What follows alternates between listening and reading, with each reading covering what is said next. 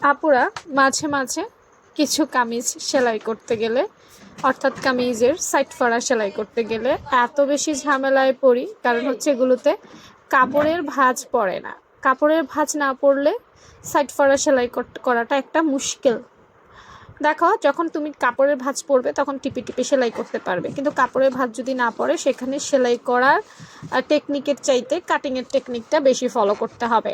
ধরো, যেসব কাপড় ভাঁজ পড়ে না এইসব কাপড়কে কাটিং করার সময় একদম প্রো লেভেলের কাটিং করতে হবে, মানে কাটিংয়ে কোনো রকম ত্রুটি রাখা যাবে না, একদম সোজা বরাবর স্কেল করে তারপর কাটতে হবে। অনেক সময় দেখা যায় আমরা সেলাইয়ের সময় কিছু টেকনিক অ্যাপ্লাই করে সাইড ফাড়াটা সোজা করে ফেলি, কারণ অনেক ধরনের টেকনিক আছে, কিন্তু এটি সব ধরনের কাপড়ে পরবে না। যেমন আমি এখন যেটা করছি একটা লিলেন টাইপের একটা কাপড়, তো আমি এটা সেলাই করার পূর্বে সুন্দর মতো ফ্লোরে বিছাইয়া তারপর এটার মানে আগা মাথা তেড়া এগুলো ঠিক আছে কিনা এগুলো চেক করে নিছি, তারপর কেটে নিছি, সমান করে নিছি, তারপর সেলাই করতে বসছি। বুঝতে পেরেছ?